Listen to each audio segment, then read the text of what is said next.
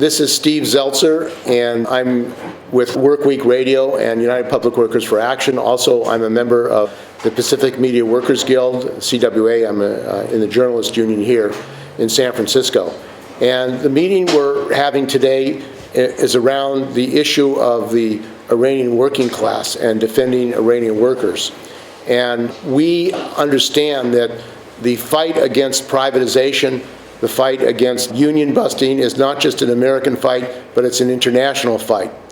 And one of the issues that we also understand is that the U.S. government and the billionaires in the United States, the capitalists, want to pit U.S. workers against the Iranian workers, against the Iranian people. And there's been a continuous campaign in the United States to destroy Iran, really. And one of the important examples of that is the overthrow of Mossadegh by the United States to bring the Shah to power, who was basically looted Iran for U.S. oil companies. So the United States has been involved for many, many decades trying to control Iran. And the reason is it has oil, it's in a powerful country. And it has also been involved in pitting Iran against a war with Iraq, where the United States was actually helping both sides at the same time, supplying information and weapons to both sides for more profit. That's what this is all about. And one of the things that we have to say to American people, working people here, is our enemy is not the Iranians. Our enemy is the capitalist class in the United States, is the billionaires who run the United States. And also the Iranian working class, and we'll learn about that, are fighting their enemies, which is the capitalists in Iran, the ruling clerics, and who are privatizing the economy in Iran. So our struggle is to unite the working class of the United States and Iran together. We have the same struggle, we have the same fight, and we need to fight imperialism, imperialist war. We have to fight the sanctions on the working class of Iran. What right does the United States to have sanctions on any other country of the world when the United States is engaged in criminal wars all over the world? The invasion of Iraq, the bombing of Libya. These are criminal violations, genocide against the people of the world. The refugees, the mass number of refugees because of these wars, including in Syria, are something that has hurt the people of the world and also hurt the American people. Because when our money, our wealth is being used for military, we have over 800 bases around the world, it's not being used for working people here. Working people here face unemployment, face poverty, face bankruptcy because they don't have health care. They face a great crisis, and we need to unite the workers of Iran with the workers in the United States, and this forum that we're having today is the first step in doing that. So our first speaker is going to be Condemn, and he's going to be making a presentation about the struggle of the working class in Iran and how we can help build solidarity, educate ourselves about that struggle, and work with the workers of Iran for freedom and liberation. Welcome, Condemn. Thank you very much for providing this opportunity for us to share with you the struggles of Iranian workers, their struggles, and their suffering. It is very important to underline the fact that the working class is the pillar of the struggles for social justice and freedom in Iran. By this claim, I would like to make it clear that it is not true that the Iranians are either medieval Islamic reactionaries or defenders of American type of democracy. In order to provide this analysis, I will look into a few instances of the struggle of the Iranian working class, which is oriented towards something completely different from both these options.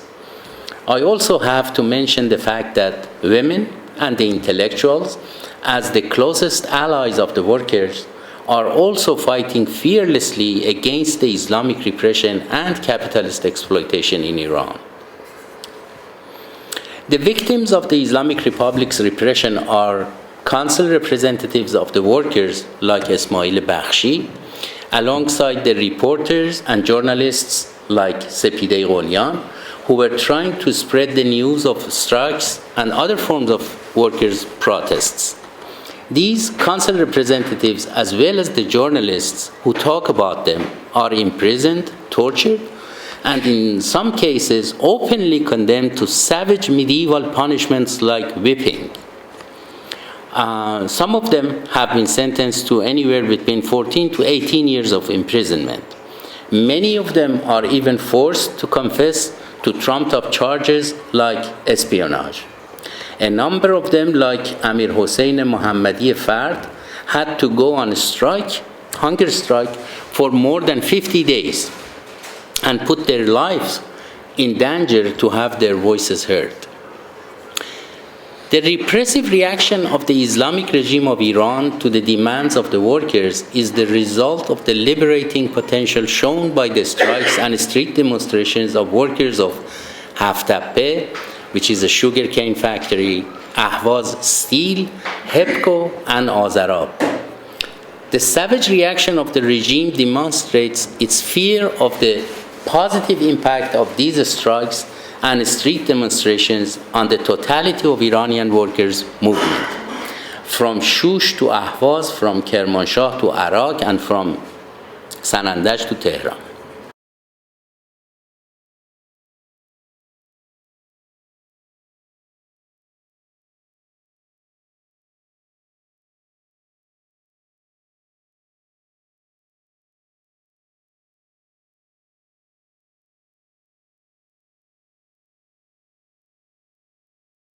تپه رو پس میگیریم.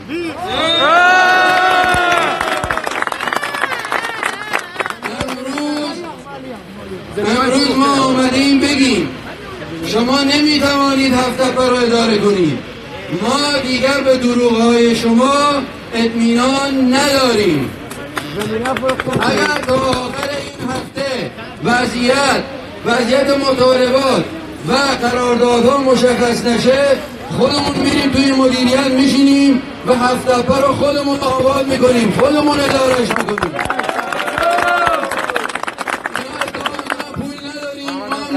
ولی فرق ما با اینا این است که ما که تخصص تولید شکر رو داریم، خودمون ادارش میکنیم. میشینیم اونجا هفت‌تپه رو اداره میکنیم تا مدیران لایق نیشکری رو پیدا کنیم و بیاریم اینجا مدیریت کنن.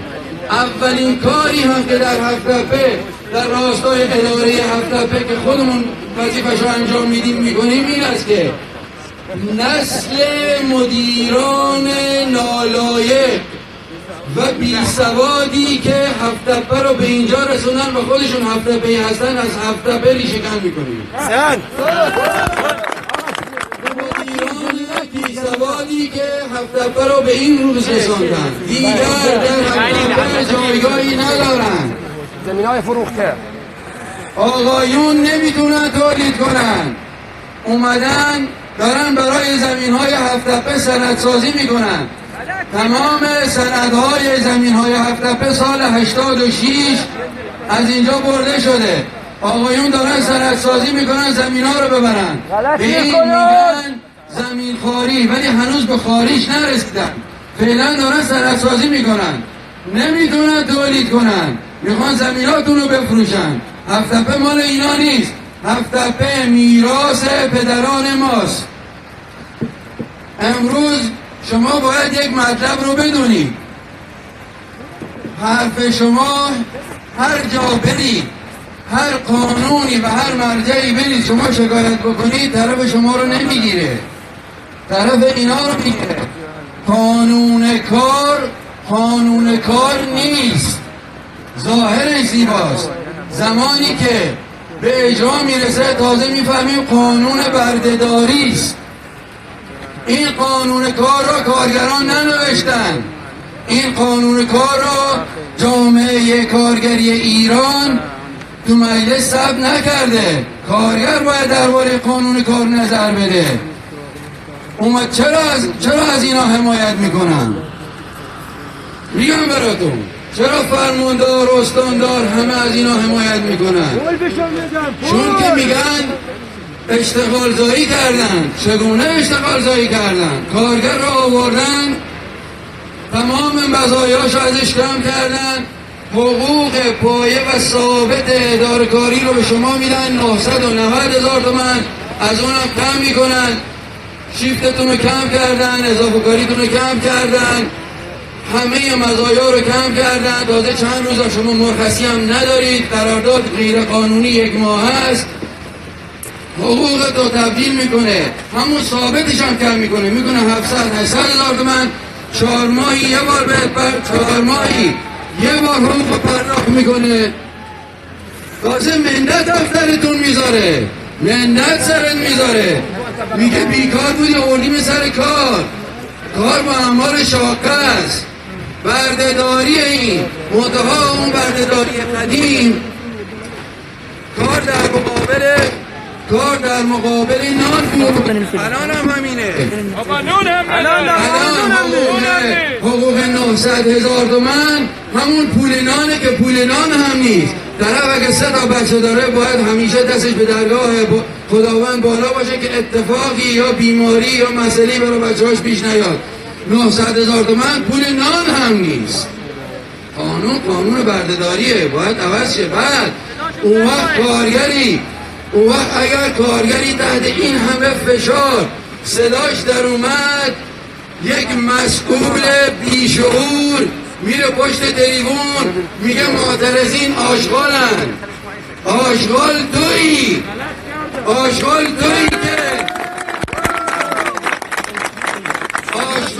تویی که مردم ایران از بوی تعفن آشغال تو جانشون به لبشون رسیده. آشغال تویی. اون روزی که مردم تو رو میارن پایین معلوم میشه آشغال کیست. برادرها، حرف امروز دیگه ما حرفی نداریم. حرف امروز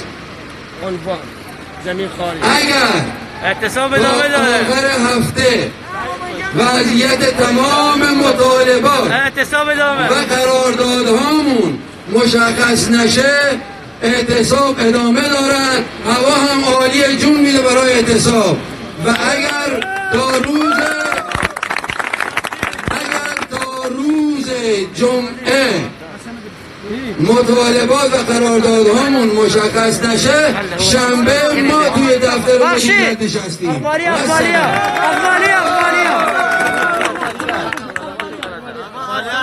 مسئله دیگری که درباره اقبالیا بهتون میگم، به هیچ عنوان نمیخوان پیمانکار رو بردارن. من بهتون میگم دارن پولش میدن، میخوان یک شرکت پیمانکاری ثبت کنن، میخوان اقبالیا رو که همون بنده خداهایی که قرارداد 1 ماه هست صاحب هیچ نیستن، میخوان ببرن دوباره از پیمانکاری به پیمانکار دیگر. به هیچ عنوان ما این رو نمیپذیریم. برادرها، طبقه بندی رو محکم بچسبید. چرا کارگران رسمی رو سریع بازنشست کردن؟ چون اونا طبقه بندی شاملشون شده بود، گروه داشتن، عنوان داشتن، حقوقشون رفته بود بالا. شما چون روزمزد هستین طبقه بندی شاملتون نمیشه و تا 20 سال 30 سال که اینجا کار کنید همینی که هستید. طرف اومده اینجا شده استادکار، داره میره بیرون کار میکنه با شاگردش که یه روز اومده بغل دستش وایساده، حقوقش یکیه. یعنی شما هیچ پیشرفت شغلی ندارید. این یعنی بردهداری. این میگن نظام بردهداری مدرن. به هوش باشید. باید طبق قانون فروردین 97 طبقه بندی مشاغل بازنگری و اجرا شود، ولی قبلش باید قراردادهای شما مشخص و عناوینتون مشخص بشه. اگر این کار صورت نگیره، حتی اگر طبقه بندی هم صورت بگیره، چیزی گیر شما نمیاد. توجه کردین؟ خیانت پشت خیانت، دروغ پشت دروغ. کار ادامه پیدا نمی کند تا تکلیف مطالبات ما یک بار برای همیشه مشخص شود. آقای فرماندار، یه حرفی با آقای فرماندار و جناب دکتر قضی. همیشه که دولت ما رو ضامن بانک‌ها نمی‌کنه. توی اعتصاب 6 روزه شما رو ضامن کردید. جناب دکتر قضی تشریف بیارید اینجا، شما ضامن اینهایی. از اون همه قول و وعده و وعیدی که دادن یکی را به زور انجام دادن. فقط حقوق شهریور ما، حقوق مهر ما رو بعد از 15 روز هنوز نتونستن کامل پرداخت کنن. دروغ میگن تصفیه کامل کردیم. یه بار دیگه آقا اینو تکرار میکنیم، همه آماده باشید. اگر تا روز جمعه تکلیف مطالبات و قراردادهای کارگران هفت‌تپه مشخص نشه، شنبه ما توی دفتر مدیریت نشستیم. و سلام. The recent strike in Haftape, Ahvaz Steel and HEPCO and the support of the other workers showed that the most advanced sections of the working class not only could be the flagship of the defense for the defense of other sectors of the working class, but beyond that, they proved that they could also lead the middle classes out of the crisis and guide them. Two magnificent strikes of Haftape and Ahvaz steel workers were able to line up and unite the workers regardless of their ethnicity, gain the support of the poor city dwellers, drivers, teachers, high school and university students, and expelled workers and the individual workers of other factories, turning various sectors of the population into a united force against the government.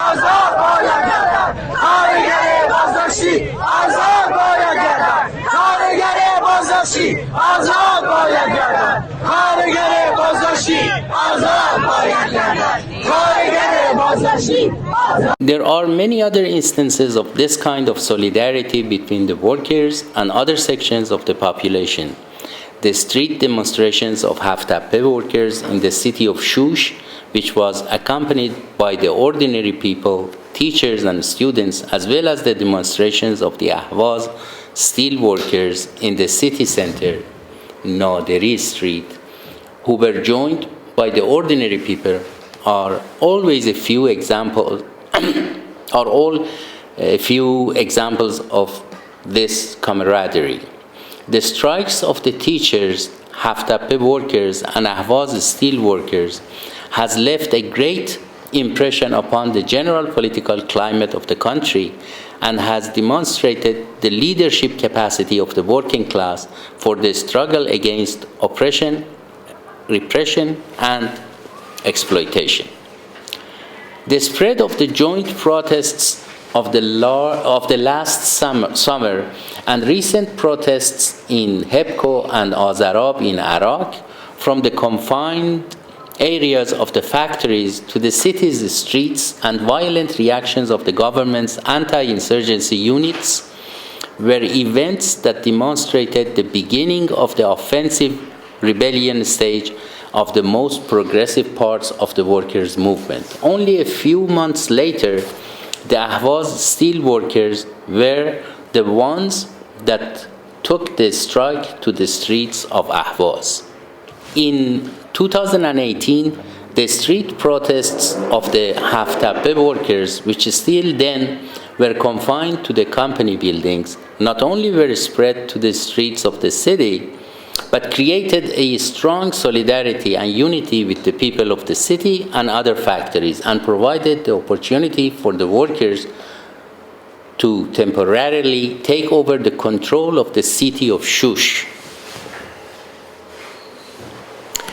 The announcement of the support and solidarity by workers of Haftape sugarcane company with the workers of HEPCO factory, Ahvaz Steel National Group, and the teachers as the three leading sectors of the labor movement represented a major and decisive qualitative leap that can have a vital impact on the movement as a whole. The struggle of the Haftape workers in a single year provided the entire workers' movement a quality leap. The most important achievement of the struggle of Haftape workers for the general workers' movement was to introduce demands like months of unpaid salary, labor control, and establishment of independent workers' collectives. After many years of repression, with the expulsion and forced retirement of the Haftape union activists, this organ practically lost its connection with the Haftape workers. The government was thus able to destroy the Haftape union like they did with the United Bus Drivers Union. But the new generation of young, progressive workers, who sometimes did not even have a memory of union, were able to create committees of workers. Through the Haftape strikes, they did this. Committees that introduced for the first time in the past decade demands like workers' supervisory and controlling functions over the factory managers, forced company directors to accept free workers' elections, brought back the fired workers, demanded the agreement of the workers' representatives for the firing and hiring of the managers, and recently exposed documents on the wrong land use change and embezzlement, and exposed the owners of land. In addition, for the first time, the slogan committee management, that is labor management, was discussed and explained to the workers. Now, despite all the internal and external pressures, arrests, and imprisonments, the workers have not backed up from strikes and other forms of struggle.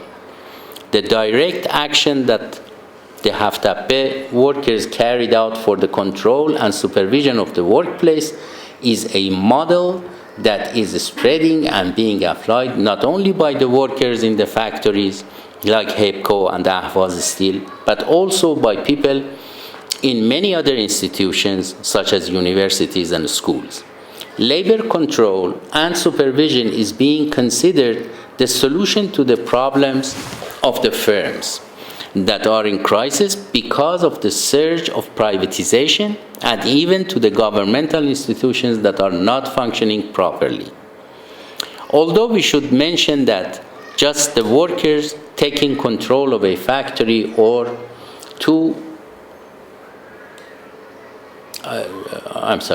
control of the factories in a capitalist system does not solve their problems.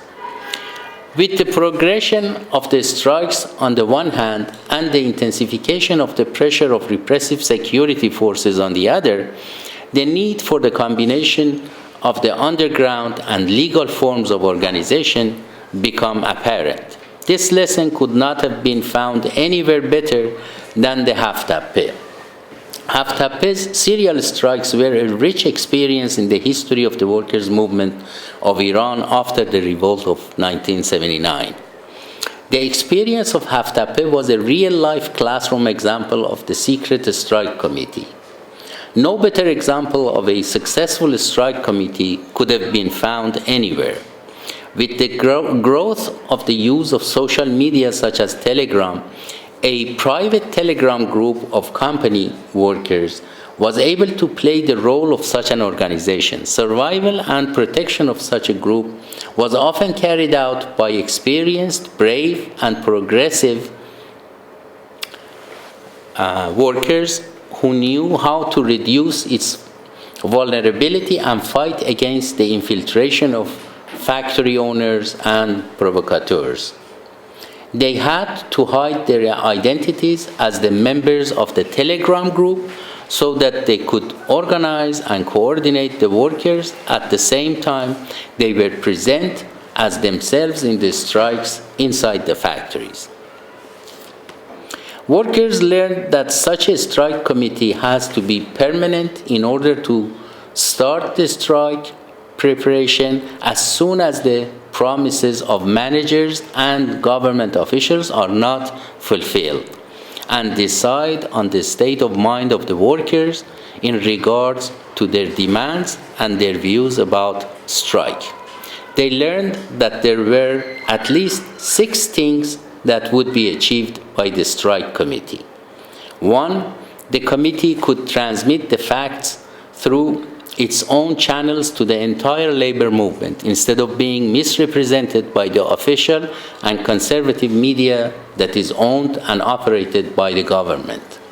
2, through this committee, the experience of previous strike and mistakes and lessons could be recorded and kept alive so that the errors would not be repeated every time.